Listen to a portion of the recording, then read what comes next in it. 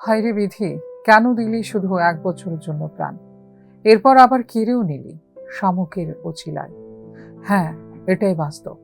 সিধাই বহরপুরে ঘটল এক মর্মান্তিক ঘটনা।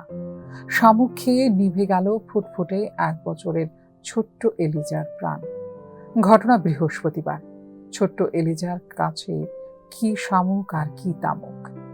অবুঝ এই শিশুটির প্রাণ যে এইভাবে অকালে চলে যাবে সেটা ধারণার বাইরে ছিল সবার।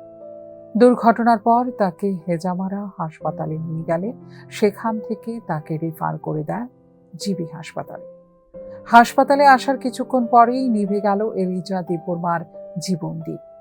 এই নিয়ে কান্নায় ভেঙে পড়লেন মৃতের বাবা সহ আত্মীয় পরিজন। আমার কাছে টাকা হিসেবে আসলো না, আমি টাকা বাড়ি আনতাম গেছি, এর আমার ছোট ভাইয়ের দিয়ে দিছি। এরপরে আমি লগে লগে আমি স্কুটি হের সঙ্গে মানে এরপরে আইসি পরে আমি হেরের খবর দিছি, বাচ্চা কেমন আছে ঠিক নেই, এরকম কন্ডিশন খুব খুব খুব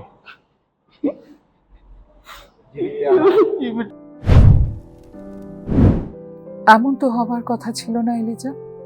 তবে বিধির বিধান হয়তো এটাই ছিল। এলিজার আয়ুষ্কাল সব মিলিয়ে 1 বছর। এই ঘটনায় পুরো এলাকায় নেমে এলো শোকের ছায়া। ফিউরো রিপোর্ট, নিউজ নাও।